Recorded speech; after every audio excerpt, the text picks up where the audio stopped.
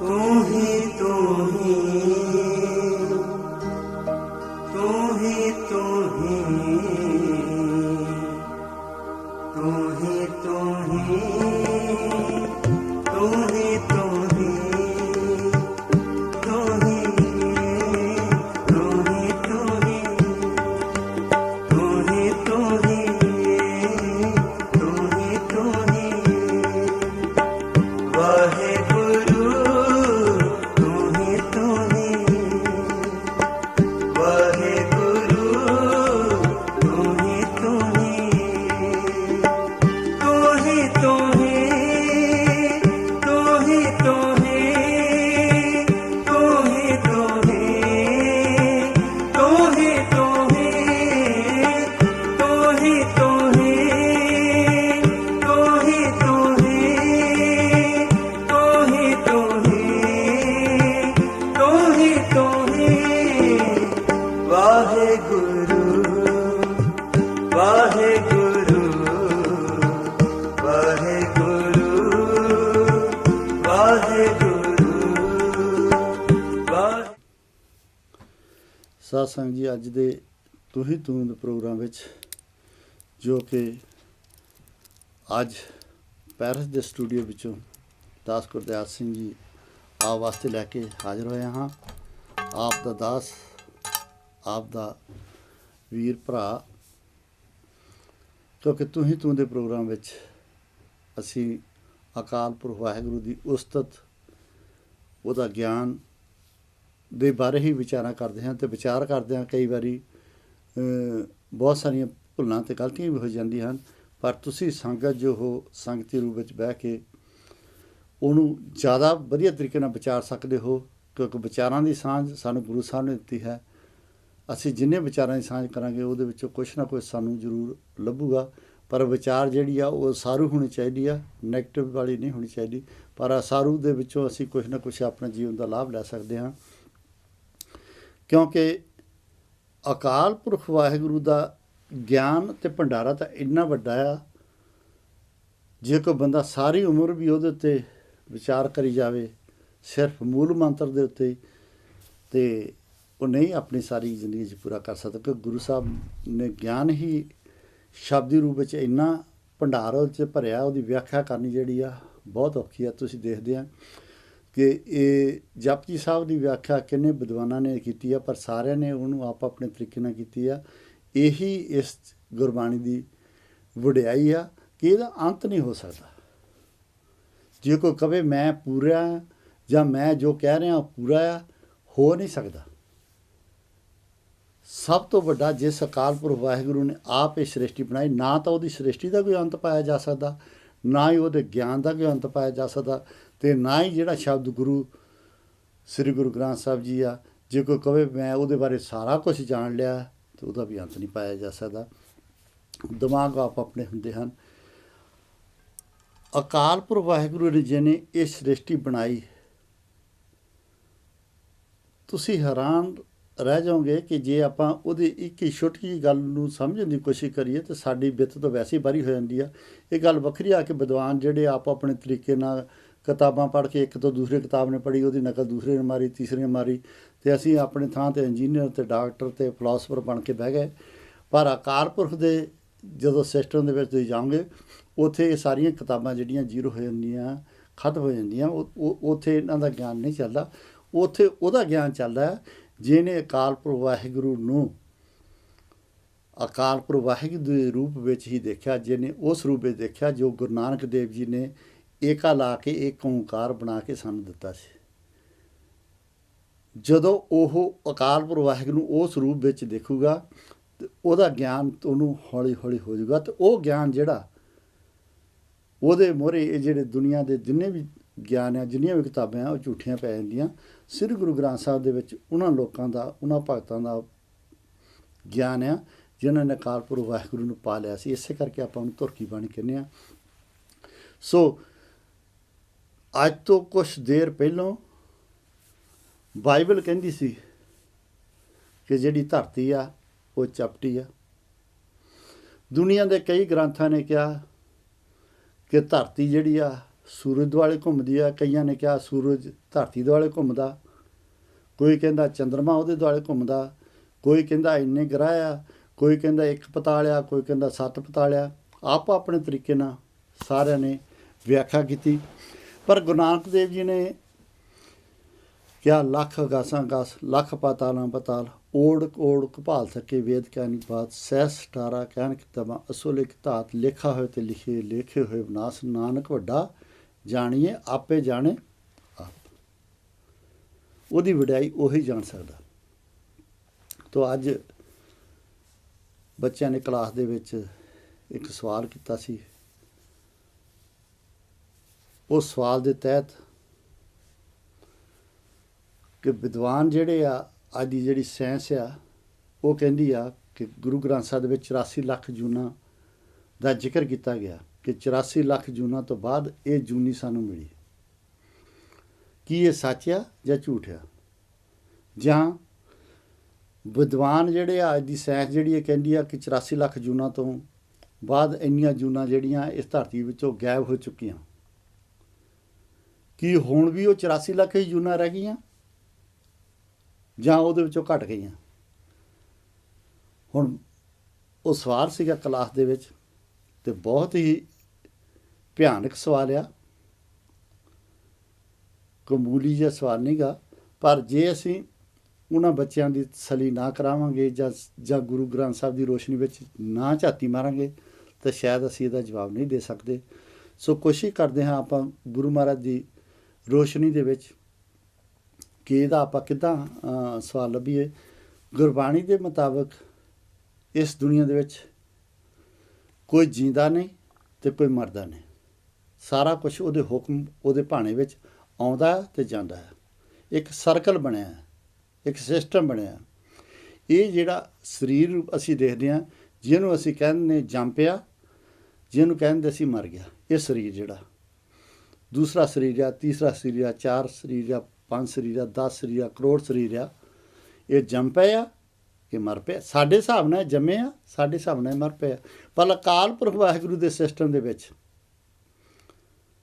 ਜੋ ਕੁਛ ਵੀ ਹੁੰਦਾ, ਇਹ ਸਰੀਰ ਬਦਲੇ ਜਾਂਦੇ ਆ।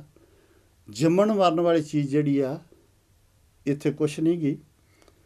ਆਤਮਾ ਜਿਹੜੀ ਆ ਸਾਡੇ ਸਾਰੇ ਸਰੀਰਾਂ ਦੇ ਵਿੱਚ ਆ।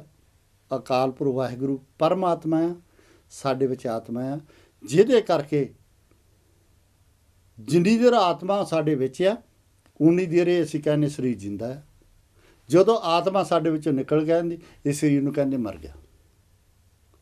ਪਰ ਮਰਿਆ ਜੰਮਿਆ ਤਾਂ ਕੁਛ ਨਹੀਂ। ਉਹ ਜਿਹੜੀ ਜੀਣ ਵਾਲੀ ਚੀਜ਼ ਆ, ਜਿਹੜੀ ਜੀਵਨ ਵਾਲੀ ਚੀਜ਼ ਆ, ਉਹ ਤਾਂ ਅਜੇ ਵੀ ਜਿੰਦਾ ਆ, ਉਹ ਨਹੀਂ ਮਰੀ। ਪਰ ਜਿਹੜਾ 5 ਤੱਤਾਂ ਦਾ ਸਾਡਾ ਸਰੀਰ ਆ, ਉਹ ਕੰਮ ਕਰਨੋਂ ਹਟ ਗਿਆ। ਇਹ ਮਸ਼ੀਨਰੀ ਜਿਹੜੀ ਕੰਮ ਕਰਨੋਂ ਹਟ ਗਈ। ਇਹ ਅੱਖਾਂ ਦੇਖਣੋਂ ਹਟ ਗਈਆਂ, ਹੱਥ ਚੱਲਣੋਂ ਹਟ ਗਏ, ਪੈਰ ਚੱਲਣੋਂ ਹਟ ਗਏ, ਦਿਮਾਗ ਸੋਚਣੋਂ ਹਟ ਗਿਆ। ਪਰ ਮਰਿਆ ਤਾਂ ਨਹੀਂ। ਮਰਿਆ ਸਿਰਫ ਇਹ ਜਿਹੜੇ ਸਰੀਰ ਹੈ, ਇਹਨੇ ਜਵਾਬ ਦੇ ਦਿੱਤਾ। ਕਿਉਂ? ਕਿ ਉਹ ਜਿਹੜੀ ਆਤਮਾ ਜਿਹਦੇ ਕਰਕੇ ਜਿੰਦਾ ਸੀ, ਉਹ ਸਾਡੇ ਵਿੱਚੋਂ ਨਿਕਲ ਗਏ। ਉਸ ਆਤਮਾ ਨੇ ਕਿ ਨਿਕਲ ਕੇ ਜਾ ਕੇ ਕਿਹੜਾ ਰੂਪ ਧਾਰਨ ਕੀਤਾ, ਕਿਹੜੇ ਰੂਪ ਵਿੱਚ ਪ੍ਰਵੇਸ਼ ਹੋਈ, ਉਹਦੇ ਬਾਰੇ ਸਾਨੂੰ ਗਿਆਨ ਨਹੀਂ।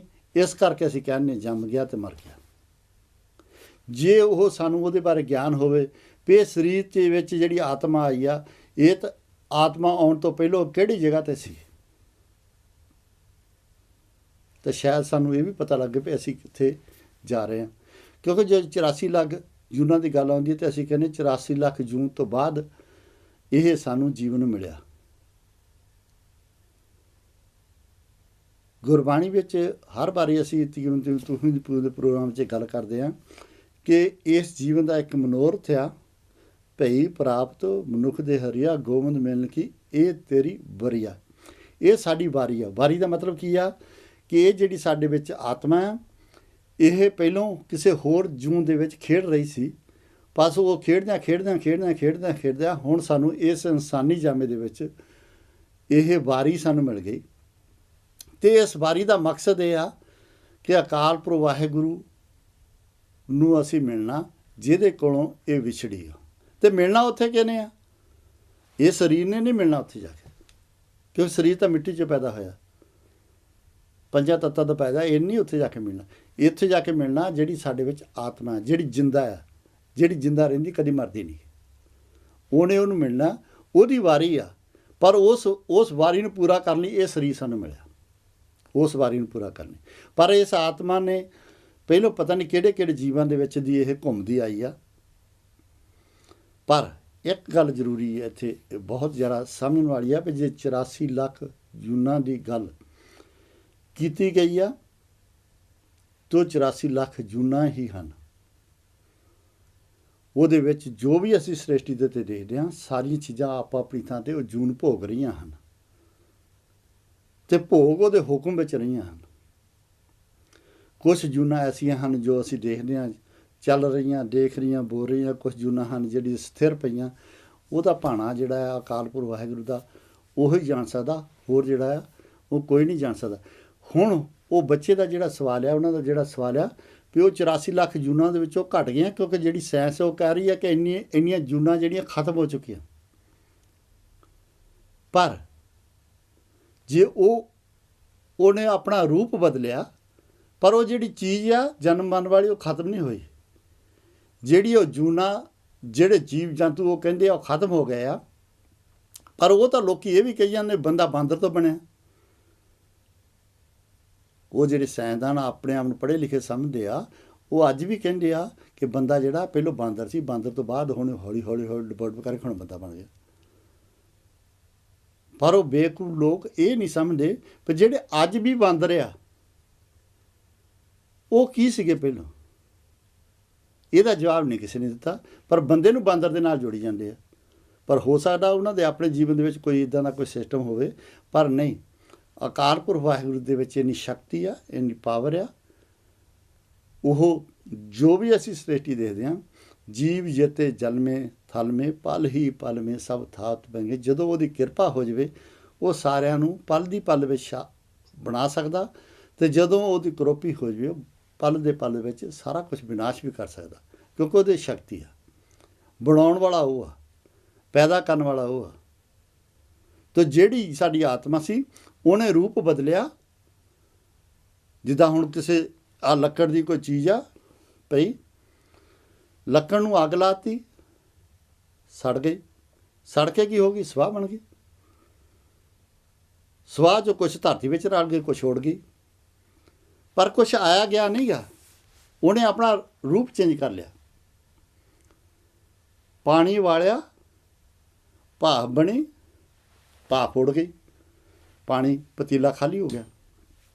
ਪਤੀਲੇ 'ਚ 5 ਲੀਟਰ ਪਾਣੀ ਪਾਇਆ ਸੀ, ਅੱਗ ਥੱਲੇ ਵਾਲੀ, ਭਾਫ ਬਣ ਗਈ, ਭਾਫ ਬਣ ਕੇ ਤਾਂ ਉੱਡ ਗਈ, ਪਤੀਲਾ ਖਾਲੀ ਹੋ ਗਿਆ। ਕਿੱਥੇ ਚਲ ਗਿਆ ਪਾਣੀ? ਖਤਮ ਹੋ ਗਿਆ। ਪਾਣੀ ਦੀ ਜੂਨ ਖਤਮ ਹੋ ਗਈ?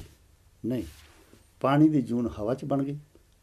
ਹਵਾ ਉਹ ਬਦਲਣਾ ਚੱਲ ਗਈ। ਜਦੋਂ ਗੁਰੂ ਮਹਾਰਾਜ ਨੇ ਕਿਰਪਾ ਕੀਤੀ, ਉਹਨੇ ਪਾਣੀ ਦਾ ਰੂਪ ਧਾਰਨ ਕਰਕੇ ਫਿਰ ਧਰਤੀ ਦੇ ਉੱਤੇ ਆ ਜਾਣਾ। ਕੁਛ ਨਹੀਂ ਹੋਇਆ, ਕੁਛ ਨਹੀਂ ਆਇਆ ਅਤੇ ਕੁਛ ਨਹੀਂ ਗਿਆ। ਧਰਤੀ ਦੇ ਵਿੱਚੋਂ ਆਲੂ ਪੈਦਾ ਹੋਇਆ, ਧਰਤੀ ਤਾਂ ਹੈਗੀ ਆ। ਮਿਰਚਾਂ ਬੀਜੀਆਂ, ਮਿਰਚਾਂ ਪੈਦਾ ਹੋ ਗਈਆਂ। ਗੰਨਾ ਬੀਜਿਆ, ਗੰਨਾ ਪੈਦਾ ਹੋ ਗਿਆ। ਹੁਣ ਧਰਤੀ ਨੂੰ ਤੁਸੀਂ ਆਪਣੀ ਮੁੱਠ 'ਚ ਲਾਇਓ ਤਾਂ ਉਹਦੇ ਵਿੱਚੋਂ ਗੰਨਾ ਫੁੱਲਣ ਲੱਗ ਪਓ ਤਾਂ ਗੰਨਾ ਨਹੀਂ ਨਿਕਲਦਾ। ਜੇ ਫੁੱਲਣ ਲੱਗ ਪਓ ਮਿਰਚਾਂ, ਮਿਰਚਾਂ ਨਹੀਂ ਨਿਕਲਦੀਆਂ। ਪਰ ਜਦੋਂ ਤੁਸੀਂ ਬੀਜ ਉਹਦੇ ਵਿੱਚ ਬੀਜੋਗੇ, ਜੈਸਾ ਬੀਜੋਗੇ ਉੱਦਾਂ ਦਾ ਵਿੱਚੋਂ ਪੌਦਾ ਨਿਕਲਦਾ ਅਤੇ ਉੱਦਾਂ ਦੇ ਵਿੱਚੋਂ ਸਵਾਦ ਨਿਕਲਦਾ। ਇਹ ਅਕਾਲ ਪੁਰਖ ਵਾਹਿਗੁਰੂ ਦੀ ਆ, ਉਸਤਤ ਆ। ਹੋਰ ਕੁਛ ਨਹੀਂ ਹੋ ਸਕਦਾ। ਬੰਦਾ ਇੱਦਾਂ ਦੇ ਕੰਮ ਨਹੀਂ ਕਰ ਸਕਦਾ। ਬੰਦਾ ਜੇ ਲਾਲ ਬਣਾਓ ਤਾਂ ਲਾਲ ਹੀ ਰਹਿਣਾ। ਪਰ ਅਕਾਲ ਪੁਰਖ ਵਾਹਿਗੁਰੂ ਧਰਤੀ, ਉਸੇ ਧਰਤੀ ਦੇ ਵਿੱਚ, ਉਸੇ ਧਰਤੀ ਦੇ ਖੇਤ ਦੇ ਵਿੱਚ ਤੁਸੀਂ 500 ਤਰ੍ਹਾਂ ਦੇ ਬੀਜ ਬੀਜ ਦਿਓ, ਉਹ 500 ਤਰ੍ਹਾਂ ਦਾ ਜਿਹੜਾ ਉਹਦੇ ਵਿੱਚੋਂ ਜੀਵ ਜੰਤੂ ਜਿਹੜੇ ਆ, ਪੌਦੇ ਜਿਹੜੇ ਆ, ਉਹ ਪੈਦਾ ਹੋ ਜਾਣਗੇ। ਉਹਨਾਂ ਦੇ ਆਪ ਆਪਣੇ ਵੱਖਰੇ ਵੱਖਰੇ ਟੇਸਟ ਹੋ ਜਾਣਗੇ, ਵੱਖਰੇ ਵੱਖਰੇ ਰੰਗ ਹੋ ਜਾਣਗੇ, ਪਰ ਧਰਤੀ ਵਿੱਚੋਂ ਨਿਕਲ ਆਏ। ਪਰ ਜਦੋਂ ਉਹਦੀ ਉਮਰ ਪੂਰੀ ਹੋਈ, ਉਹ ਧਰਤੀ ਵਿੱਚ ਹੀ ਸਮਾ ਜਾਂਦੇ ਆ, ਕਿਉਂਕਿ ਪੰਜਾਂ ਤੱਤਾਂ ਤੋਂ ਪੈਦਾ ਹੋਏ, ਪੰਜਾਂ ਤੱਤਾਂ ਦੇ ਵਿੱਚ ਸਮਾ ਜਾਂਦੇ ਆ। ਪਰ ਕੁਛ ਵੀ ਘਟਿਆ ਵਧਿਆ ਨਹੀਂ ਇਹਦੇ ਵਿੱਚ। ਇਹ ਨਹੀਂ ਕਿ ਉਹਨਾਂ ਜੂਨਾਂ ਖਤਮ ਹੋ ਗਈਆਂ, ਨਹੀਂ। ਉਹ ਜਿਹੜੀ ਜੂਨ ਵਾਲੀ ਚੀਜ਼ ਆ, ਉਹ ਸ੍ਰਿਸ਼ਟੀ ਦੇ ਵਿੱਚ ਉਸੇ ਤਰੀਕੇ ਨਾਲ ਘੁੰਮ ਰਹੀ ਆ। ਉਹ ਆਪਣੇ ਫਾਰਮ ਬਦਲ ਰਹੀ ਆ। ਕਦੀ ਕਿਸੇ ਜੂਨ ਵਿੱਚ ਚਲ ਗਈ, ਕਦੀ ਕਿਸੇ ਜੂਨ ਵਿੱਚ ਚਲੀ ਗਈ, ਕਦੀ ਕਿਸੇ ਜੂਨ ਚਲੀ ਗਈ। ਪਰ ਆਹ ਜਿਹੜੀ ਵਾਰੀ ਸਾਨੂੰ ਹੁਣ ਮਿਲੀ ਆ, ਅਕਾਲ ਪੁਰਖ ਵਾਹਿਗੁਰੂ ਦੀ ਕਿਰਪਾ ਦੇ ਨਾਲ, ਇਹ ਉਹਦੀ ਕਿਰਪਾ ਦੇ ਨਾਲ ਮਿਲੀ ਆ। ਪਰ ਉਹਦੀ ਕਿਰਪਾ ਦੇ ਨਾਲ ਜਿਹੜੇ ਸਾਡੇ ਪੂਰਬਲੇ ਕਰਮ ਜਿਹੜੇ ਕਿਸੇ ਵੀ ਜੂਨ ਵਿੱਚ ਅਸੀਂ ਕੀਤੇ ਹੋਣ ਜਾਂ ਐਸੇ ਦੇ ਵਿੱਚ ਕੀਤੇ ਹੋਣ, ਉਹਨਾਂ ਦਾ ਫਲ ਜਿਹੜਾ ਸਾਨੂੰ ਨਾਲ ਹੀ ਆਉਂਦਾ ਹੈ। ਆਪਾਂ ਉਸ ਚੀਜ਼ ਨੂੰ ਦੇਖ ਸਕਦੇ ਹਾਂ। ਇਹ ਗੱਲਾਂ ਬਾਤਾਂ ਨਹੀਂ ਗੀਆਂ। ਇੱਕ ਜੰਮਦਾ ਬੱਚਾ ਜਿਹੜਾ ਕਰੋੜਪਤੀ ਆ, ਇੱਕ ਜੰਮਦਾ ਬੱਚਾ ਜਿਹੜਾ ਆਪਣੀ ਮਾਂ ਦੇ ਦੁੱਧ ਤੋਂ ਵੀ ਤਰਸਦਾ, ਜਿਹਦੇ ਸਿਰ 'ਤੇ ਕੋਈ ਛਾਇਆ ਨਹੀਂ ਰਹਿ ਗਿਆ, ਜਿਹਦੇ ਕੋਲ ਰਹਿਣ ਲਈ ਘਰ ਵੀ ਹੈ ਨਹੀਂ। ਪਰ ਬੱਚੇ ਨੇ ਕੋਈ ਕਸੂਰ ਨਹੀਂ ਕੀਤਾ, ਕਿਉਂਕਿ ਜਿਹੜੀ ਆਤਮਾ ਉਹਦੇ ਵਿੱਚ ਆ ਕੇ ਬੈਠੀ ਆ, ਜਿਹੜੀ ਪਿੱਛੋਂ ਕਿਤੇ ਬਦਲ ਕੇ ਆਈ ਆ, ਉਹ ਆਤਮਾ ਉਸ ਜੀਵ ਦੇ ਵਿੱਚ ਆਈ ਆ। ਹੁਣ ਉਸ ਆਤਮਾ ਨੇ ਉਸ ਸਰੀਰ ਨੂੰ ਆਪਣਾ ਘਰ ਬਣਾ ਲਿਆ, ਅਤੇ ਉਹਦੇ ਆਤਮਾ ਦੇ ਨਾਲ ਜਿਹੜੇ ਵੀ ਉਹਦੇ ਪਹਿਲੇ ਪੂਰਬਲੇ ਕਰਮ ਆ, ਉਹਦੇ ਨਾਲ ਆ ਗਏ, ਅਤੇ ਜਿਹਦਾ ਹੁਣ ਉਹਨਾਂ ਨੇ ਇਸ ਜਨਮ ਦੇ ਵਿੱਚ ਫਲ ਭੁਗਤਣਾ। ਇਹ ਤਾਂ ਹੋ ਗਏ ਉਹ ਗੱਲਾਂ ਜਿਹੜੀਆਂ ਕਿ ਉਹਨੇ ਪੂਰਬਲੇ ਕਰਮਾਂ ਵਿੱਚ ਕੀਤੀਆਂ, ਪੂਰਬਲੇ ਕਰਮਾਂ ਦੇ ਥਰੂ ਉਹਦੇ ਕੋਲ ਆਈਆਂ। ਜਨਮ ਤੋਂ ਹੀ ਉਹ ਕਿੱਦਾਂ ਦਾ ਹੋ ਗਿਆ, ਗਰੀਬ ਹੋ ਗਿਆ, ਅਮੀਰ ਹੋ ਗਿਆ, ਚੰਗਾ ਹੋ ਗਿਆ, ਮਾੜਾ ਹੋ ਗਿਆ, ਗੋਰਾ ਹੋਇਆ, ਕਾਲਾ ਹੋਇਆ, ਕਿਹੜੇ ਤਰੀਕੇ ਨਾਲ ਹੋਇਆ। ਪਰ ਇਸ ਜਨਮ ਦੇ ਵਿੱਚ ਜਿਹੜੇ ਉਹਨੇ ਕਰਮ ਕਰਨੇ ਆ, ਉਹਨਾਂ ਦੇ ਕਰਮਾਂ ਦੇ ਹਿਸਾਬ ਨੂੰ ਆਉਣ ਵਾਲੇ ਸਮੇਂ ਦੇ ਵਿੱਚ ਉਹਦਾ ਫਲ ਮਿਲਣਾ। ਪਰ ਮਰਨ ਜੰਮਣ ਵਾਲੀ ਇਹਦੇ ਵਿੱਚ ਗੱਲ ਇੰਨੀ ਆ ਵੀ ਜਿਹੜੀ ਆਤਮਾ ਜਿਹੜੀ ਆ ਉਹ ਸਾਡੇ ਵਿੱਚੋਂ ਨਿਕਲ ਕੇ ਚੱਲ ਗਈ, ਜਿਹਦੇ ਨਾਲ ਸਾਡਾ ਸਰੀਰ ਨੂੰ ਕਹਿੰਦੇ ਸੀ ਇਹ ਜਿੰਦਾ ਆ। ਪਰ ਜਿਹਦੇ ਕਰਕੇ ਜਿੰਦਾ ਸੀ ਉਹ ਹੀ ਨਿਕਲੀ ਆ, ਉਹ ਮਰੀ ਨਹੀਂ, ਨਿਕਲ ਕੇ ਗਈ ਆ। ਪਰ ਸਰੀਰ ਸਾਡਾ ਕੰਮ ਕਰਨੋਂ ਹਟ ਗਿਆ, ਇਸ ਕਰਕੇ ਆ ਨਹੀਂ ਮਰ ਗਿਆ। ਪਰ ਗੁਰਬਾਣੀ ਇਸ ਚੀਜ਼ ਨੂੰ ਨਹੀਂ ਮੰਨਦੀ, ਗੁਰਬਾਣੀ ਇਸ ਚੀਜ਼ ਨੂੰ ਨਹੀਂ ਕਹਿੰਦੀ। ਉਹ ਕਹਿੰਦੇ ਉਹਦੇ ਹੁਕਮ ਵਿੱਚ ਚੱਲ ਰਿਹਾ ਸਾਰਾ ਕੁਝ, ਪਰ ਇਹ ਤਾਂ ਜਨਮ ਮਰਨ ਵਾਲੀ ਕੋਈ ਗੱਲ ਨਹੀਂ। ਜੇ 84 ਲੱਖ ਦੀ ਗੱਲ ਕੀਤੀ ਗਈ ਆ ਤਾਂ 84 ਲੱਖ ਹੀ ਆ, ਕਿਉਂਕਿ ਉਹ ਬਿਆਨ ਤੇ ਆ। ਧਰਤੀ ਦੀ ਚਾਪਟੀ ਦੀ ਗੱਲ ਚੱਲੀ ਸੀ, ਜਿਹੜੇ ਧਰਮਾਂ ਦੇ ਇੱਥੇ ਦੇ ਲੋਕ ਕਹਿੰਦੇ ਆ। ਪਰ ਇੱਥੇ ਦੇ ਹੀ ਇੱਕ ਸਾਇੰਸਦਾਨ ਨੇ, ਇੱਕ ਭਗਤ ਨੇ ਇਹ ਗੱਲ ਸਾਬਤ ਕਰਕੇ ਦਿੱਤੀ ਵੀ ਧਰਤੀ ਗੋਲ ਆ ਔਰ ਧਰਤੀ ਘੁੰਮਦੀ ਆ। ਜਦੋਂ ਇੱਥੇ ਦੇ ਧਰਮ ਲੋਕਾਂ ਨੂੰ ਪਤਾ ਲੱਗਾ ਵੀ ਇਹ ਬੰਦਾ ਜਿਹੜਾ ਕਹਿ ਰਿਹਾ, ਅਤੇ ਉਹਨਾਂ ਨੇ ਉਹ 'ਤੇ ਦਬਾਅ ਪਾਇਆ ਵੀ ਤੂੰ ਕਹਿ ਵੀ ਧਰਤੀ ਚਾਪਟੀ ਆ, ਕਿਉਂਕਿ ਬਾਈਬਲ ਵਿੱਚ ਇੱਦਾਂ ਲਿਖਿਆ। ਅਤੇ ਉਹ ਕਹਿੰਦਾ ਮੇਰੇ ਕਹਿਣ ਨਾਲ ਨਹੀਂ ਹੋ ਜਾਣਾ, ਪਰ ਧਰਤੀ ਜੇ ਗੋਲ ਆ ਤਾਂ ਗੋਲ ਆ, ਜੇ ਘੁੰਮਦੀ ਆ ਤਾਂ ਘੁੰਮਦੀ ਆ। ਉਹ ਕਹਿੰਦੇ ਵੀ ਸਾਡੀ ਬਾਈਬਲ 'ਤੇ ਉਂਗਲ ਆਉਂਦੀ ਆ, ਤੂੰ ਇੱਦਾਂ ਕਹਿ। ਜੋ ਇਤਿਹਾਸ ਦੱਸਦਾ ਕਿ ਉਹਨੂੰ ਕੁੱਟਿਆ, ਮਾਰਿਆ ਜਾਂ ਕਿਸੇ ਤਰੀਕੇ ਨਾਲ ਉਹਨੂੰ ਮਾਰਿਆ ਗਿਆ। ਪਰ ਧਰਤੀ ਨੇ ਤਾਂ ਘੁੰਮੀ ਜਾਣਾ, ਜੋ ਜਿਹੜੀ ਘੁੰਮਣ ਬਣੀ ਆ। ਇਹ ਅਕਾਲ ਪੁਰਖ ਵਾਹਿਗੁਰੂ ਦਾ ਸਿਸਟਮ ਆ। ਅਕਾਲ ਪੁਰਖ ਵਾਹਿਗੁਰੂ ਨੇ ਜੋ ਵੀ ਇਸ ਸ੍ਰਿਸ਼ਟੀ ਦਾ ਤੁਸੀਂ ਦੇਖਦੇ ਆ, ਉਹਨੂੰ ਇੱਕ ਸਿਸਟਮ ਦੇ ਨਾਲ ਬਣਾਇਆ। ਉਹ ਸਾਰੀ ਦੀ ਸਾਰੀ ਦੁਨੀਆ ਜਿਹੜੀ ਆ ਇੱਕ ਸਿਸਟਮ ਦੇ ਵਿੱਚ ਵੱਜੀ ਆ। ਹੁਣ ਇਹ ਧਰਤੀ ਗੋਲ ਆ, ਗਲੋਬਲ ਦੇ ਉੱਤੇ ਅਸੀਂ ਦੇਖਦੇ ਹਾਂ ਧਰਤੀ ਗੋਲ ਆ ਔਰ ਘੁੰਮ ਰਹੀ ਆ। ਪਰ ਅਸੀਂ ਘੁੰਮ ਨਹੀਂ ਰਹੇ, ਸਾਨੂੰ ਨਹੀਂ ਪਤਾ ਲੱਗ ਰਿਹਾ ਵੀ ਧਰਤੀ ਘੁੰਮ ਰਹੀ ਆ। ਸਾਨੂੰ ਧਰਤੀ ਗੋਲ ਵੀ ਨਹੀਂ ਦੇਦੀ, ਸਾਨੂੰ ਚਾਪਟੀ ਦੇਦੀ ਆ, ਕਿ ਅਸੀਂ ਤੁਰ ਰਹੇ ਹਾਂ ਇਹਦੇ 'ਤੇ। ਮਕਾਨ ਬਣਾਏ, ਮਹਿਲ ਬਣਾਏ ਬੈਠੇ ਹਾਂ ਅਸੀਂ, ਬੜੀਆਂ ਬਿਲਡਿੰਗਾਂ ਖੜੀਆਂ, ਕਿੰਨੀਆਂ ਉੱਚੀਆਂ ਬਿਲਡਿੰਗਾਂ ਖੜੀਆਂ, ਪਰ ਉਹ ਡਿੱਗਦੀਆਂ ਨਹੀਂ ਗੀਆਂ। ਭਾਵੇਂ ਧਰਤੀ ਘੁੰਮ ਰਹੀ ਆ, ਭਾਵੇਂ ਧਰਤੀ ਗੋਲੇ, ਡਿੱਗ ਨਹੀਂ ਰਹੀਆਂ। ਇਹ ਸਾਰਾ ਕੁਛ ਅਕਾਲ ਪੁਰਖ ਵਾਹਿਗੁਰੂ ਦੇ ਸਿਸਟਮ ਵਿੱਚ ਆ। ਧਰਤੀ ਜੋ ਇਹ ਧਰਤੀ ਅਸੀਂ ਦੇਖਦੇ ਹਾਂ, ਗੁਰੂ ਸਾਹਿਬ ਨੇ ਤਾਂ ਪਤਾ ਨਹੀਂ ਕਿੰਨੀਆਂ ਧਰਤੀਆਂ ਕਹੀਆਂ। ਲੱਖ ਅਗਾਸਾਂ ਅਗਾਸ, ਲੱਖ ਪਾਤਾਲਾਂ ਪਤਾਲ, ਓੜ ਕੋੜ ਭਾਲ ਸਕੇ ਵੇਦ ਕਹਿ ਨਹੀਂ ਬਸ, ਸਹਿਸਟਾਰਾ ਕਹਿਣ ਕਿਤੇ ਬਾ ਅਸੁਲਿਕ ਤਾਤ। ਲਿਖਾ ਹੋਏ ਤੇ ਲਿਖੀਏ, ਲੇਖੇ ਹੋਏ ਬਨਾਸ, ਨਾਨਕ ਵੱਡਾ ਆਖੀਏ ਆਪੇ ਜਾਣੇ ਆਪ। ਇਹ ਜਿਹੜੀ ਧਰਤੀ ਅਸੀਂ ਦੇਖ ਰਹੇ ਹਾਂ, ਇਹ ਗਲੋਬ ਆ। ਗਲੋਬ ਤੇ ਧਰਤੀ ਦੇ ਦੇਖੋ ਕਿ ਇੱਕ ਹਿੱਸਾ ਧਰਤੀ ਹੈ, 3 ਹਿੱਸੇ ਪਾਣੀ ਆ। ਜੋ ਸਾਇੰਸ ਵਾਲੇ ਮੰਨਦੇ ਆ, ਗੁਰਮਤਿ ਵੀ ਕਹਿੰਦੀ ਆ 3 ਹਿੱਸੇ ਪਾਣੀ ਆ, 1 ਹਿੱਸਾ ਧਰਤੀ ਆ। ਪਰ ਫਿਰ ਵੀ ਧਰਤੀ ਹੈਗੀ ਆ, ਉੱਥੇ ਜੀਵ ਜੰਤੂ ਅਸੀਂ ਤੁਰੇ ਫਿਰਦੇ ਸਾਰੇ ਕੁਝ ਦੇਖਦੇ ਹਾਂ। ਅਤੇ ਹੈਰਾਨੀ ਦੀ ਗੱਲ ਆ ਕਿ ਗਲੋਬ ਦੇ ਉੱਤੇ ਜਿਹੜਾ ਆ ਉੱਥੇ ਵੀ ਸਮੁੰਦਰ ਆ। ਗਲੋਬ ਦੇ ਸਾਈਡਾਂ 'ਤੇ ਵੀ ਸਮੁੰਦਰ ਤੁਰਿਆ ਫਿਰਦਾ, ਇੱਧਰਲੀ ਸਾਈਡ 'ਤੇ ਵੀ ਸਮੁੰਦਰ ਤੁਰਿਆ ਫਿਰਦਾ, ਗਲੋਬ ਦੇ ਥੱਲੇ ਵੀ ਸਮੁੰਦਰ ਤੁਰਿਆ ਫਿਰਦਾ। ਪਰ ਸਮੁੰਦਰ ਜਾ ਕੇ ਦੇਖੋ ਸਥਿਰ ਜਾ ਰਿਹਾ, ਲੈਵਲ ਦੇ ਵਿੱਚ ਜਾ ਰਿਹਾ, ਉਲਟਾ ਫੁਲਟਾ ਨਹੀਂ ਕੁਛ ਹੋ ਰਿਹਾ। ਇਹ ਨਹੀਂ ਵੀ ਸਮੁੰਦਰ ਨੇ ਧਰਤੀ ਨੂੰ ਖਾ ਲਿਆ ਜਾਂ ਧਰਤੀ ਨੇ ਸਮੁੰਦਰ ਨੂੰ ਖਾ ਲਿਆ, ਜਦੋਂ ਕਿ ਇਸ ਧਰਤੀ 'ਤੇ ਚੱਲ ਰਿਹਾ ਸਾਰਾ ਕੁਛ ਹੋ ਰਿਹਾ। ਹੁਣ ਉਤਲਾ ਸਮੁੰਦਰ ਜਿਹੜਾ ਆ ਉਹਦੇ ਥੱਲੇ ਵੀ ਧਰਤੀ ਆ। ਜਿਹੜਾ ਉੱਤਲੇ ਗਲੋਬ ਦੇ ਉੱਤੇ ਚਲੇ ਗਿਆ, ਹਿੱਸਾ ਸਮੁੰਦਰ ਦਾ ਉਹ ਚੱਲ ਰਿਹਾ, ਜਿਹੜਾ ਥੱਲੇ ਆ ਉੱਥੇ ਧਰਤੀ ਹੈਗੀ ਆ। ਕਿਉਂ ਨਹੀਂ ਉਹ ਸਮੁੰਦਰ ਨੇ ਧਰਤੀ ਨੂੰ ਖਾ ਲਿਆ? ਐਸਾ ਨਹੀਂ ਹੋਇਆ, ਐਸਾ ਨਹੀਂ ਹੋਇਆ। ਸਾਰੇ ਤਰੀਕੇ ਨਾਲ ਤੁਸੀਂ ਆਈਡੀਆ ਲਾ ਕੇ ਦੇਖੋ, ਤੁਸੀਂ ਆਪਣੇ ਗਲੋਬਲ ਨੂੰ ਸਾਹਮਣੇ ਰੱਖ ਕੇ ਦੇਖੋ ਵੀ ਕਿੱਥੋਂ ਕਿੱਥੇ ਸਮੁੰਦਰ ਜਾ ਰਿਹਾ, ਕਿਹੜੇ ਕਿਹੜੇ ਮੁਲਕਾਂ ਦੇ ਸਮੁੰਦਰ ਜਾ ਰਿਹਾ। ਪਰ ਸਮੁੰਦਰ ਆਪਣੀ ਥਾਂ 'ਤੇ ਆਪਣਾ ਵੱਜਾ ਆ, ਧਰਤੀ ਆਪਣੀ ਥਾਂ 'ਤੇ ਵੱਜੀ ਆ, ਸਾਰਾ ਹੀ ਕੁਛ ਘੁੰਮ ਰਿਹਾ।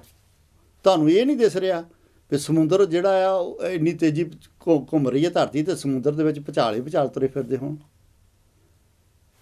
ਸਥਿਰ ਹੈਗੇ, ਸ਼ਿਪ ਚੱਲਦੇ ਆ, ਮੁਲਕਾਂ ਦੇ ਮੁਲਕ ਇੱਧਰ ਉੱਧਰ ਹੁੰਦੇ ਆ, ਪਰ ਸਾਰਾ ਕੁਛ ਗਲੋਬਲ ਦੇ ਵਿੱਚ ਜਿਹੜਾ ਸਾਰਾ ਕੁਛ ਚੱਲ ਰਿਹਾ ਹੈ, ਇਹ ਅਕਾਲ ਪੁਰਖ ਵਾਹਿਗੁਰੂ ਦੇ ਹੁਕਮ ਵਿੱਚ ਵੱਜੇ ਆ। ਪਰ ਜੇ ਤੁਹਾਨੂੰ ਕੋਈ ਕਵੇ ਵੀ ਦਿਖਾ ਲਓ ਕਿਤੇ ਹੁਕਮ ਵਿੱਚ ਵੱਜੇ ਆ, ਤਾਂ ਤੁਸੀਂ ਗਲੋਬਲ ਲਿਆ ਕੇ ਉਹਦੇ ਮੂਹਰੇ ਦਿਖਾ ਸਕਦੇ ਹੋ ਵੀ ਆਹ ਗਲੋਬਲ ਆ। ਦੱਸ ਇਹ ਪਾਣੀ ਜਿਹੜਾ ਕਿਹਦੇ ਹੁਕਮ ਚੱਲ ਰਿਹਾ, ਦੱਸ ਇਹ ਧਰਤੀ ਕਿਹੜੇ ਹੁਕਮ 'ਚ ਵੱਜੀ ਆ, ਕਿੱਥੇ ਰੱਸੀਆਂ ਪਾਈਆਂ, ਕਿੱਥੇ ਕਿੱਲ ਕੱਢੇ ਆ, ਕਿਹੜੀ ਸ਼ਕਤੀ ਆ ਜਿਹੜੀ ਇਹਨੂੰ ਬੰਨ੍ਹ ਕੇ ਰੱਖਿਆ ਜਿਹਨੇ। ਧਰਤੀ ਆਪਣੀ ਥਾਂ 'ਤੇ ਘੁੰਮ ਰਹੀ ਆ, ਸੂਰਜ ਆਪਣੀ ਥਾਂ 'ਤੇ ਘੁੰਮ ਰਿਹਾ, ਚੰਦਰਮਾ ਆਪਣੀ ਥਾਂ 'ਤੇ ਘੁੰਮ ਰਿਹਾ, ਜਿੰਨੇ ਤਾਰੇ ਸਤਾਰੇ ਅਸੀਂ ਦੇਖਦੇ ਸਾਰੇ ਆਪ ਆਪਣੀ ਥਾਂ 'ਤੇ ਘੁੰਮ ਰਹੇ ਆ, ਸਦੀਆਂ ਤੋਂ ਘੁੰਮ ਰਹੇ ਆ। ਅੱਜ ਨਹੀਂ ਘੁੰਮਣ ਲੱਗੇ, ਸਦੀਆਂ ਤੋਂ ਘੁੰਮ ਰਹੇ ਆ। ਤੁਸੀਂ ਮਾੜੀ ਜਿਹੀ ਚੀਜ਼ ਘੁਮਾਉਣੀ ਆ, ਉਹਨੂੰ ਜ਼ੋਰ ਲਾਉਣ ਵਾਸਤੇ ਕੋਈ ਪੈਟਰੋਲ ਚਾਹੀਦਾ, ਕੋਈ ਡੀਜ਼ਲ ਚਾਹੀਦਾ, ਕੋਈ ਬਿਜਲੀ ਚਾਹੀਦੀ ਆ, ਉਹਦੇ ਵਿੱਚ ਐਨਰਜੀ ਚਾਹੀਦੀ ਆ। ਕਿੰਨੀ ਭਾਰੀ ਚੀਜ਼ ਆ ਉਹਨੂੰ ਚਲਾਉਣਾ ਆ, ਜਿੰਨੀ ਭਾਰੀ ਚੀਜ਼ ਆ, ਜਿੰਨੀ ਵੱਡੀ ਚੀਜ਼ ਆ, ਉਨੀ ਤਕੜੀ ਐਨਰਜੀ ਉਹਦੇ ਪਿੱਛੇ ਚਾਹੀਦੀ ਆ। ਅਸੀਂ ਸਾਰੇ ਦੇਖਦੇ ਹਾਂ ਕਿੰਨੀਆਂ ਮੋਟਰਾਂ ਚਲਾਉਣੀਆਂ, ਕਿੰਨੇ ਇੰਜਨ ਚਲਾਉਣੇ ਆ, ਕਿੰਨੇ ਜਹਾਜ਼ ਚਲਾਉਣੇ ਆ। ਸਾਰਿਆਂ ਦਾ ਇੱਕ ਸਿਸਟਮ ਜੋ ਅਸੀਂ ਬਣਾਇਆ, ਆਪਣੇ ਤਰੀਕੇ ਨਾਲ ਬਣਾਇਆ। ਪਰ ਜਿਹੜਾ ਅਕਾਲ ਪੁਰਖ ਵਾਹਿਗੁਰੂ ਦੇ ਸਿਸਟਮ ਵਿੱਚ ਇਹ ਐਡੀ ਵੱਡੀ ਧਰਤੀ ਨੂੰ ਘੁਮਾ ਰਿਹਾ, ਕਿਸੇ ਇੰਜਨ ਦੇਖਿਆ ਕਿਸੇ ਨੇ? ਕਿਸੇ ਨੇ ਦੇਖਿਆ ਵੀ ਆ ਪਿੱਛੇ ਉਹਦੇ ਕੋਈ ਧੱਕਾ ਲਾ ਰਿਹਾ ਉਹਨੂੰ? ਇੰਨੇ ਹਾਰਸ ਪਾਵਰ ਦੀ ਮੋਟਰ ਫਿੱਟ ਕੀਤੀ ਅਕਾਲ ਪੁਰਖ ਵਾਹਿਗੁਰੂ ਨੇ, ਆਪ ਦਾ ਧੁਰਾਇਆ, ਉਹਦੀਆਂ ਗਰਾਰੀਆਂ ਕਿਸੇ ਨੇ ਦੇਖੀਆਂ ਕਦੀ? ਪਰ ਇਹ ਘੁੰਮ ਰਿਹਾ, ਇਹ ਸਾਰਾ ਕੁਛ ਹੋ ਰਿਹਾ। ਅਸੀਂ ਸਾਰੇ ਮੰਨਦੇ ਹਾਂ, ਸਾਇੰਸਦਾਨ ਵੀ ਇਸ ਗੱਲ ਨੂੰ ਮੰਨਦੇ ਆ। ਇਹ ਸਾਰਾ ਕੁਛ ਹੀ ਜੋ ਕੁਛ ਵੀ ਹੋ ਰਿਹਾ, ਸਾਰਾ ਕੁਛ ਅਕਾਲ ਪੁਰਖ ਵਾਹਿਗੁਰੂ ਦੇ ਭਾਣੇ ਵਿੱਚ ਹੋ ਰਿਹਾ। ਕਿਉਂਕਿ ਜੇ ਉਹਦਾ ਭਾਣਾ ਇੰਨਾ ਤਕੜਾ ਨਾ ਹੁੰਦਾ ਤਾਂ ਸਾਡੀਆਂ ਚੀਜ਼ਾਂ ਤਾਂ 2 ਦਿਨਾਂ 'ਚ, 4 ਦਿਨਾਂ 'ਚ, 5 ਦਿਨਾਂ, 1000 ਕਿੰਨੇ ਦਿਨਾਂ ਦੇ ਵਿੱਚ ਉਹ ਖਰਾਬ ਹੋ ਜਾਂਦੀਆਂ। ਕੁਛ ਘੰਟੇ ਕੱਢਦੀਆਂ, ਕਿਸੇ ਦੀ ਉਮਰ ਹੁੰਦੀ, ਕਿਸੇ ਦੀ ਕਿਸੇ ਸਾਲਾਂ ਦੇ ਹਿਸਾਬ ਨਾਲ ਹੁੰਦੀ ਆ। ਪਰ ਇਹ ਕਿੰਨੇ ਸਾਲਾਂ ਤੋਂ, ਕਿੰਨੀਆਂ ਸਦੀਆਂ ਤੋਂ ਇਹ ਸਾਰਾ ਸਿਸਟਮ ਚੱਲ ਰਿਹਾ। ਕੌਣ ਹੈ ਬੰਨ੍ਹ ਕੇ ਰੱਖਣ ਵਾਲਾ? ਸਾਰਾ ਹੀ ਉਸ ਦੇ ਭਾਅ ਦੇ ਵਿੱਚ ਚੱਲ ਰਿਹਾ। ਜੋ ਕੁਛ ਅਸੀਂ ਸ੍ਰਿਸ਼ਟੀ ਵਿੱਚ ਦੇਖਦੇ ਹਾਂ, ਸਾਰਾ ਹੀ ਉਹਦੇ ਭਾਅ ਵਿੱਚ ਚੱਲ ਰਿਹਾ। ਉਹਦੇ ਭਾਅ ਤੋਂ ਬਗੈਰ ਕੁਛ ਵੀ ਜਿਹੜਾ ਇਸ ਦੁਨੀਆ ਦੇ ਉੱਤੇ ਹੈ ਨਹੀਂ ਗਾ। ਹੁਕਮ ਵਿੱਚ ਆਉਂਦਾ ਆ ਅਤੇ ਹੁਕਮ ਵਿੱਚ ਚੱਲ ਜਾਂਦਾ। ਜਿੰਨੇ ਸਰੀਰ ਆਉਂਦੇ ਆ ਉਹ 'ਚ ਕੋਈ ਘਾਟ ਵਾਧ ਨਹੀਂ ਹੁੰਦੀ। ਸਾਰਾ ਕੁਛ ਅਕਾਲ ਪੁਰਖ ਵਾਹਿਗੁਰੂ ਨੇ ਆਪਣੇ ਸਿਸਟਮ ਦੇ ਵਿੱਚ ਫਿੱਟ ਕੀਤਾ ਆ। ਸਿਰਫ ਫਰਕ ਸਿਰਫ ਇੰਨਾ ਆ, ਜੋ ਹਰ ਵਾਰੀ ਅਸੀਂ ਉਹਦੇ ਉੱਤੇ ਵਿਚਾਰ ਕਰਨ ਦੀ ਕੋਸ਼ਿਸ਼ ਕੀਤੀ ਆ ਵੀ ਅਕਾਲ ਪੁਰਖ ਵਾਹਿਗੁਰੂ ਨੇ ਕਿੱਡਾ ਸੋਹਣਾ ਸਿੰਪਲ ਸਿਸਟਮ ਬਣਾਇਆ, ਜੋ ਅਸੀਂ ਆਮ ਮਹਿਸੂਸ ਕਰ ਸਕਦੇ ਹਾਂ, ਪਰਖ ਕਰ ਸਕਦੇ ਹਾਂ, ਜਿਹਦਾ ਸਾਨੂੰ ਆਸਾਨੀ ਨਾਲ ਪਤਾ ਲੱਗ ਸਕਦਾ ਆਪਣੇ ਜੀਵਨ ਵਿੱਚ ਵੀ ਆਹ ਜਿਹੜਾ ਸੰਯੋਗ ਵਿਯੋਗ ਦੋਏ ਕਾਰ ਚਲਾਵੇ ਲੇਖੇ ਆਵੇ ਭਾਗ। ਜਦੋਂ ਅਸੀਂ ਕਿਸੇ ਨੂੰ ਮਿਲਦੇ ਹਾਂ ਤਾਂ ਉਹਦੀ ਵਿਧ, ਉਹਦਾ ਕਾਰਨ ਜਿਹੜਾ ਅਕਾਲ ਪੁਰਖ ਵਾਹਿਗੁਰੂ ਬਣਾਉਂਦਾ। ਜਦੋਂ ਅਸੀਂ ਕਿਸੇ ਤੋਂ ਵਿਛੜਦੇ ਹਾਂ, ਉਹਦੀ ਵਿਧ ਅਕਾਲ ਪੁਰਖ ਵਾਹਿਗੁਰੂ ਆਪਣੇ ਤੌਰ 'ਤੇ ਬਣਾਉਂਦਾ। ਪਰ ਜਦੋਂ ਅਸੀਂ ਕਿਸੇ ਨੂੰ ਮਿਲਦੇ ਹਾਂ, ਉਹਦੇ ਪਿੱਛੇ ਵੀ ਬਹੁਤ ਸਾਰੇ ਕਾਰਨ ਹੁੰਦੇ ਆ, ਜਿਹਦੇ ਵਿੱਚੋਂ ਕੁਛ ਚੰਗੀਆਂ ਚੀਜ਼ਾਂ ਹੀ ਪ੍ਰਾਪਤ ਹੋ ਸਕਦੀਆਂ, ਕੁਛ ਮਾੜੀ ਚੀਜ਼ਾਂ ਹੀ ਪ੍ਰਾਪਤ ਹੋ ਸਕਦੀਆਂ। ਜਦੋਂ ਅਸੀਂ ਕਿਸੇ ਤੋਂ ਵਿਛੜਦੇ ਹਾਂ, ਉਹਦੇ ਵਿੱਚ ਸਾਡਾ ਨੁਕਸਾਨ ਵੀ ਹੋ ਸਕਦਾ, ਉਹਦੇ ਵਿੱਚ ਸਾਡਾ ਫਾਇਦਾ ਵੀ ਹੋ ਸਕਦਾ। ਪਰ ਹੁੰਦਾ ਉਹ ਸਾਰਾ ਕੁਛ ਉਹਦੇ ਭਾਣੇ ਵਿੱਚ। ਅਤੇ ਅਕਾਲ ਪੁਰਖ ਵਾਹਿਗੁਰੂ ਕੀ ਕਰਦਾ ਇੱਥੇ? ਜਿਸ ਬੰਦੇ ਨੂੰ ਅਕਾਲ ਪੁਰਖ ਵਾਹਿਗੁਰੂ ਨੇ ਚੰਗੇ ਪਾਸੇ ਲਾਉਣਾ ਹੋਵੇ, ਉਹਨੂੰ ਉਹ ਚੰਗੀ ਸੰਗਤ ਦੇ ਦਿੰਦਾ। ਉਹਦੇ ਵਿੱਚ ਉਸ ਸੰਗਤ ਦੇ ਵਿੱਚੋਂ ਚੰਗੇ ਗੁਣ ਗ੍ਰਹਿਣ ਕਰਦਾ, ਅਤੇ ਉਹ ਚੰਗੇ ਗੁਣ ਗ੍ਰਹਿਣ ਕਰਕੇ ਉਹ ਆਪਣੀ ਮੰਜ਼ਿਲ 'ਤੇ ਪਹੁੰਚ ਸਕਦਾ, ਜਿਹੜਾ ਉਸ ਜੀਵਨ ਦਾ ਮਕਸਦ ਹੈ। ਪਰ ਜਿਸ ਬੰਦੇ ਨੇ ਮਾੜੇ ਕਰਮ ਕੀਤੇ ਹੋਣ ਜਾਂ ਮਾੜੇ ਕਰਮ ਕਰਨੇ ਹੋਣ, ਜਾਂ ਅਕਾਲ ਪੁਰਖ ਵਾਹਿਗੁਰੂ ਨੇ ਉਹਨੂੰ ਸਜ਼ਾ ਲਾਉਣੀ ਹੋਵੇ, ਉਹਨੂੰ ਮਾੜੀ ਸੰਗਤ ਦੇ ਦਿੰਦਾ। ਤੇ ਜਿਹਨੂੰ ਉਹ ਮਾੜੀ ਸੰਗਤ ਦੇ ਦਿੰਦਾ, ਉਸ ਦਿਨ ਤੋਂ ਉਹਦੇ ਜਿਹੜੇ ਮਾੜੇ ਦਿਨ ਆਉਣੇ ਸ਼ੁਰੂ ਹੋ ਜਾਂਦੇ ਆ। ਤੇ ਜਿਹਨੂੰ ਉਹ ਚੰਗੀ ਸੰਗਤ ਦੇ ਦਿੰਦਾ, ਉਹਦੇ ਦਿਨ ਚੰਗੇ ਆਉਣੇ ਸ਼ੁਰੂ ਹੋ ਜਾਂਦੇ ਆ। ਭਾਵ ਇੱਕ ਪੌੜੀ ਚੜ੍ਹਨ ਲੱਗ ਪੈਂਦਾ, ਇੱਕ ਪੌੜੀ ਉਤਰਨ ਲੱਗ ਪੈਂਦਾ। ਗੁਰਬਾਣੀ ਵਿੱਚ ਕਈ ਵਾਰੀ ਇਹਦਾ ਜ਼ਿਕਰ ਵੀ ਆਉਂਦਾ, ਤੇ ਕਈ ਵਾਰੀ ਵਿਦਵਾਨ ਇਸ 'ਤੇ ਵਿਚਾਰ ਵੀ ਕਰਦੇ ਆ ਵੀ ਡਾਕੂ ਔਰ ਸੰਤ ਦੋਨੇ ਹੀ ਕੰਮ ਕਰਨ ਵਾਸਤੇ, ਚਾਹੇ ਉਹ ਡਾਕਾ ਮਾਰਨ ਵਾਲਾ ਬੰਦਾ ਡਾਕੂ ਆ, ਚਾਹੇ ਉਹ ਸੰਤ ਆ, ਐਨਰਜੀ ਉਹਦੀ ਉਨੀ ਵੇਸਟ ਹੁੰਦੀ ਆ। ਉਹਨੂੰ ਓਨਾ ਹੀ ਹੌਸਲਾ ਚਾਹੀਦਾ। ਸਿਰਫ ਫਰਕ ਇੰਨਾ ਆ ਕਿ ਜਿਹੜਾ ਸੰਤ ਆ ਉਹ ਪੌੜੀ ਚੜ੍ਹ ਰਿਹਾ, ਜਿਹੜਾ ਡਾਕੂ ਆ ਪੌੜੀ ਉਤਰ ਰਿਹਾ। ਭਾਵ ਕਹਿਣ ਤੋਂ ਜਿਹਨੂੰ ਮਾੜੀ ਸੰਗਤ ਮਿਲੀ ਆ, ਉਹ ਉਸ ਸਮੇਂ ਤੋਂ ਬਾਅਦ ਉਹਦੇ ਦਿਨ ਜਿਹੜੇ ਮਾੜੇ ਆਉਣੇ ਸ਼ੁਰੂ ਹੋ ਜਾਂਦੇ ਆ। ਉਹਦਾ ਜੀਵਨ ਦਾ ਮਨੋਰਥ ਹੈ ਜਿਹੜਾ ਉਹ ਤੋਂ ਦੂਰ ਹੋਈ ਜਾਂਦਾ। ਜਿਹਨੂੰ ਚੰਗੀ ਸੰਗਤ ਮਿਲ ਜਾਂਦੀ ਆ, ਉਹਦਾ ਜੀਵਨ ਦਾ ਮਨੋਰਥ ਜਿਹੜਾ ਉਹ ਲਾਗੇ ਆਈ ਜਾਂਦਾ। ਹੁਣ ਇਹਦੇ ਵਿੱਚ ਅਸੀਂ ਆਪ ਖੁਦ ਦੇਖ ਲੈਣਾ। ਕਿਸੇ ਸੰਤ ਬਾਬੇ ਡੇਰਿਆਂ ਕੋਲ ਜਾ ਕੇ ਇੱਧਰ ਉੱਧਰ ਮੱਥਾ ਟੇਕਣ ਦੀ ਲੋੜ ਨਹੀਂ ਕਿ ਵੀ ਸਾਨੂੰ ਬਾਬਾ ਜੀ ਦੱਸੋ, ਸਾਡੀ ਬਾਬਾ ਜੀ ਕੁਛ ਨਹੀਂ ਕਰ ਸਕਦੇ। ਜੋ ਕੁਛ ਕਰਨਾ ਤੁਹਾਨੂੰ ਤੁਹਾਡੇ ਆਪ ਖੁਦ ਕਰਮਾਂ ਤੋਂ ਕਰਨਾ ਪੈਣਾ। ਤੁਹਾਡੇ ਕਰਮਾਂ ਕਰਕੇ, ਕਿਉਂਕਿ ਕਾਰਪੁਰ ਵਾਹਿਗੁਰੂ ਦਾ ਸਿਸਟਮ ਹੈ, ਜਿਹਾ ਬੀਜੇ ਸੋ ਲੋਣੇ ਕਰਮਾਂ ਸੰਦੜਾ ਖੇਤ। ਇੱਥੇ ਚੀਟਿੰਗ ਨਹੀਂ ਹੁੰਦੀ। ਕਿਸੇ ਬਾਬੇ ਨੂੰ 10,000 ਰੁਪਈਆ ਦਿਓ ਕਿ ਬਾਬਾ ਤੁਹਾਡੇ ਲਈ ਕੁਛ ਕਰ ਦਊਗਾ, ਤਾਂ ਕੁਛ ਨਹੀਂ ਜੀ ਹੋਣਾ। ਤੁਹਾਨੂੰ ਖੁਦ ਆਪ ਕਰਨਾ ਪੈਣਾ। ਜਦੋਂ ਤੁਸੀਂ ਕਰੋਗੇ ਤਾਂ ਉਹਦਾ ਹੱਕ ਨਹੀਂ ਮਾਰਦਾ। ਅਕਾਲਪੁਰ ਵਾਹਿਗੁਰੂ ਦਾ ਇਹ ਸਿਸਟਮ ਆ। ਤੁਸੀਂ ਇੱਕ ਗੱਲ ਜਿਹੜੀ ਆ ਗੁਰਬਾਣੀ ਵਿੱਚ ਬਹੁਤ ਹੀ ਵਧੀਆ ਆਉਂਦੀ ਆ, ਬਹੁਤ ਹੀ ਵਧੀਆ ਆਉਂਦੀ ਆ। ਜੇ ਅੱਜ ਆਪਾਂ ਉਹਨੂੰ ਆਪਣੇ ਸਰੀਰ ਵਿੱਚ, ਆਪਣੇ ਮਨ ਵਿੱਚ ਧਾਰ ਲਈਏ, ਵਿਚਾਰ ਲਈਏ, ਤਾਂ ਸ਼ਾਇਦ ਸਾਡੇ ਜੀਵਨ ਦਾ ਮਨੋਰਥ ਪੂਰਾ ਹੋ ਸਕਦਾ ਹੈ। ਅਕਾਲਪੁਰ ਗੁਰਬਾਣੀ ਵੀ ਕਹਿੰਦੀ ਹੈ ਇਸ ਚੀਜ਼ ਦੇ ਉੱਤੇ ਕਿ ਇੱਕ ਕਦਮ ਤੁਸੀਂ ਅਕਾਲਪੁਰ ਵਾਹਿਗੁਰੂ ਨੂੰ ਚੱਲ ਲਓ। ਇੱਕ ਵਾਰੀ ਤੁਸੀਂ ਵਾਹਿਗੁਰੂ ਵੱਲ ਨੂੰ ਸੋਚ ਲਓ, ਅਤੇ ਵਾਹਿਗੁਰੂ ਜਿਹੜਾ ਆ ਤੁਹਾਡੇ ਵੱਲ ਨੂੰ ਹਜ਼ਾਰਾਂ ਅਤੇ ਲੱਖਾਂ ਕਦਮ ਆਉਂਦਾ ਹੈ।